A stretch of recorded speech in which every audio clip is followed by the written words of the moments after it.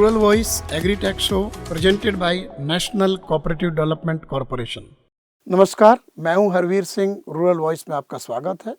मैं हाजिर हूं rural voice agritech show presented by national cooperative development corporation को लेकर।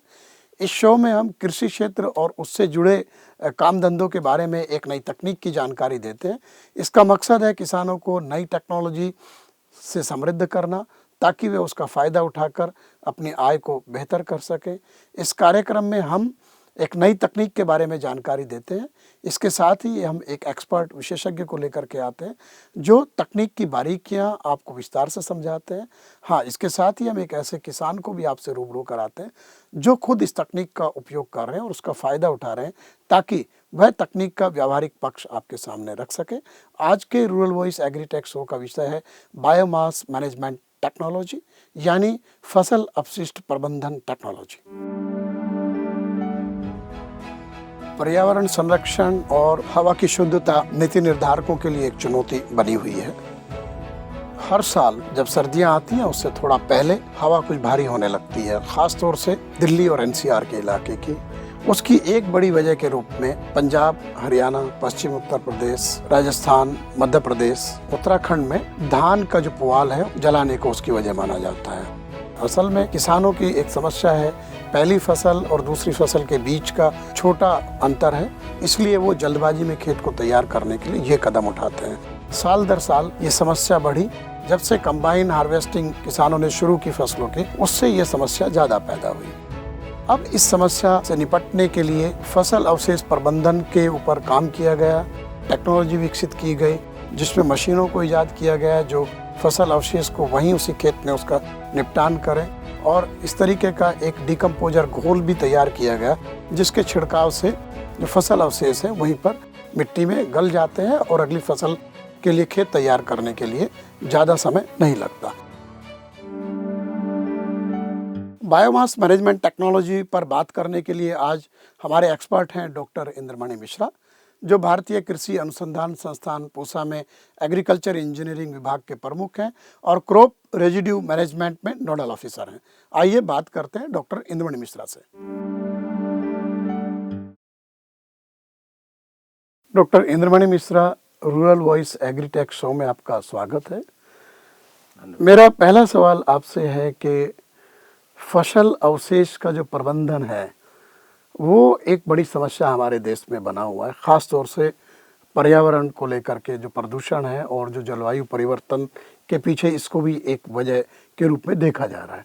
फसल अवशेष का जो प्रबंधन है उसमें किस तरीके की तकनीक या जो वैज्ञानिक रिसर्च करके जो डेवलपमेंट किए गए हैं वो क्या है, और पूरा मसले को किस तरह से आप एक्सप्लेन करते हैं?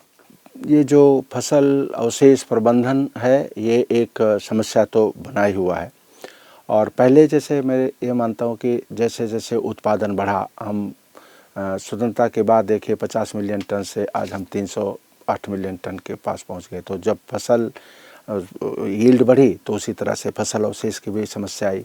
और दूसरा ये हाईटेक एग्रीकल्चर में मैकेनाइजेशन आया, तो मैकेनाइजेशन के कारण जब हम कंबाइन हार्वेस्टर पर यूज़ करना शुरू किए तो वहाँ पर फसल जो पर्टिकुलरली पैडी की खेत में धान के केस में आया कि ढेर सारा अवशेष जो है ना वो वहाँ पर रहा, कुछ कटा है कुछ खड़ा है, तो इसलिए उसका प्रबंधन जो है वो सही ढंग से नहीं हो पा रहा था। तो जो स्टेट्स हमारे पंजाब, हरियाणा, दिल्ली का कुछ पार्ट और यूपी है, वहाँ पर ये किसानों को चूँकि टोटल विंडो जो है वो 20 दिन की होती है कटाई के बाद बुआई की, तो एक समस्या थी। तो सरल आसान तरीका क्या निकला, एक तीली लगा दिया और खेत साफ।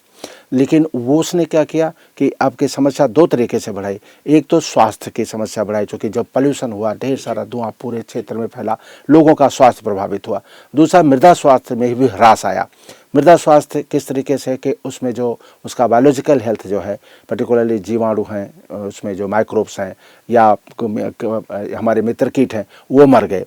तो ये जो एक समस्या है, इसको हल करने के लिए किस तरीके के शोध हुए हैं, तकनीक का इजाद हुआ है? जब ये समस्या इस तरीके से बढ़ी तो ये सोचा गया कि फसल अवशेष प्रबंधन दो तरह से हो सकता है। एक तो इन सीटू, जब हम कहते हैं खेत की जो जहाँ जिस खेत में पैदा हुआ उसी खेत में उसका प्रबंधन कर दिया जाए। दूसरा ये हुआ कि नहीं, वहाँ से उठा लीजिए और किसी दूसरे काम में लाइए। पहले बताऊंगा कि आप एनर्जी सोल्यूशन है उनको ला करके बेल बना लीजिए, बेलर मशीन है आप अभी उपलब्ध है, बेल बना करके उन्हें ले आ करके और पावर प्लांट हैं उसमें यूज करिए। दूसरे कंपोस्ट बनाइए, उनकी लार्ज स्केल पर कंपोस्ट की टेक्नोलॉजी है वो बनाइए। हमारे यहाँ कम्पैक्ट चारा बनाने की जो है कम्पैक्ट ब्लॉक बनाने की मशीन है जिसको न्यूट्रिशन वगैरह भी डाल सकते हैं उसमें, तो वो एक तरीका निकाला गया जिसे एक्स सीटू कहते हैं। दूसरा इन सीटू की जैसे बताया वहीं पर किया गया, तो उसके लिए मशीनों का ईजाद किया गया। तो इसमें 3 तरह की मशीनें लेकर के आए हम।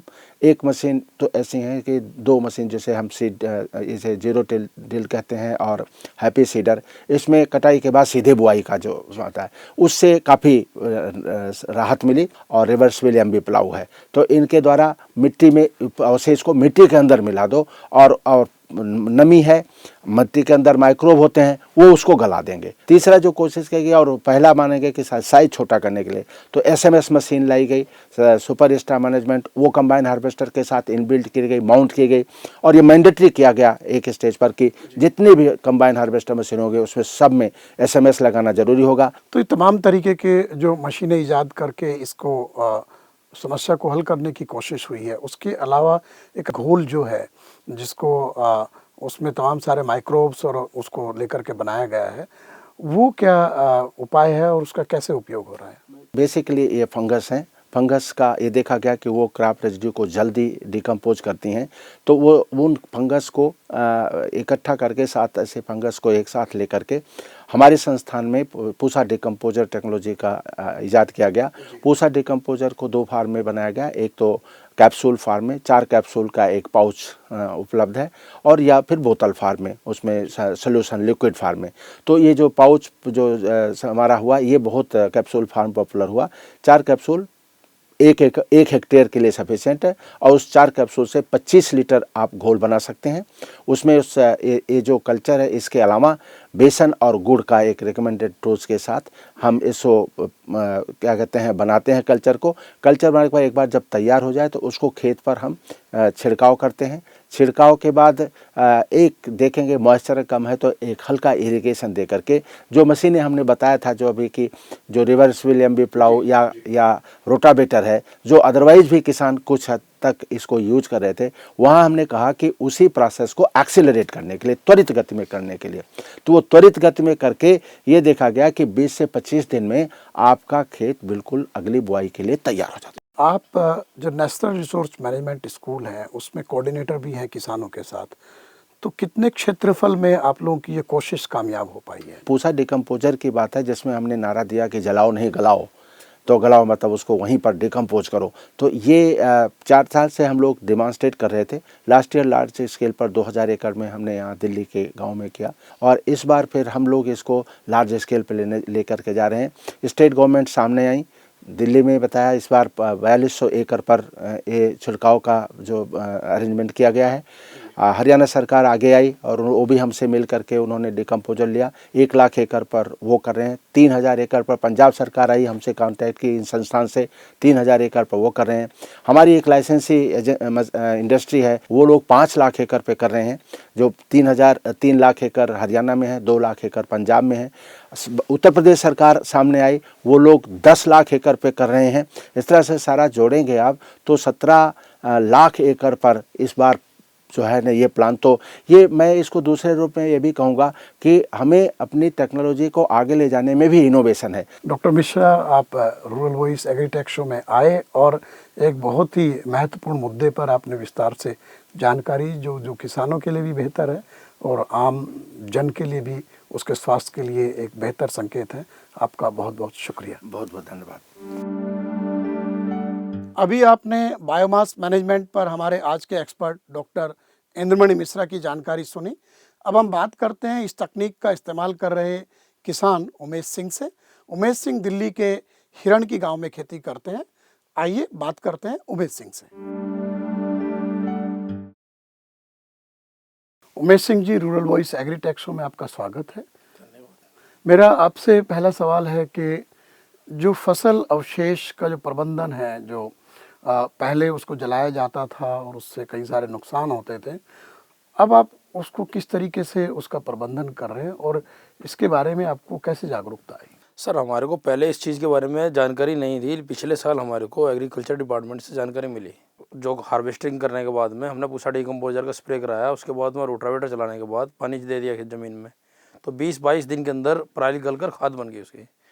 उससे हमारे को अगली फसल में बोने में टाइम कम लगा, हमारा डीजल की बचत हुई, पानी की बचत हुई, और जस्ट जो है ना साथ में हमारी ज़मीन की उर्वरक क्षमता बढ़ती है उससे।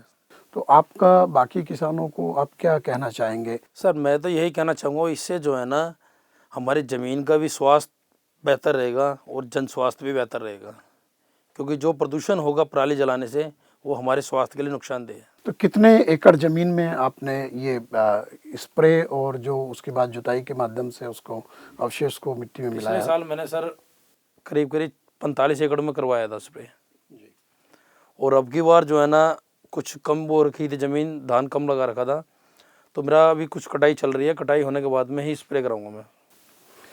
तो उमेश सिंह जी, आपने रूरल वॉइस एग्रीटेक शो में हिस्सा लिया और एक व्यावहारिक जानकारी आपने इस शो में दी कि कैसे आप फसल अवशेष का प्रबंधन कर रहे हैं। आपका बहुत बहुत शुक्रिया।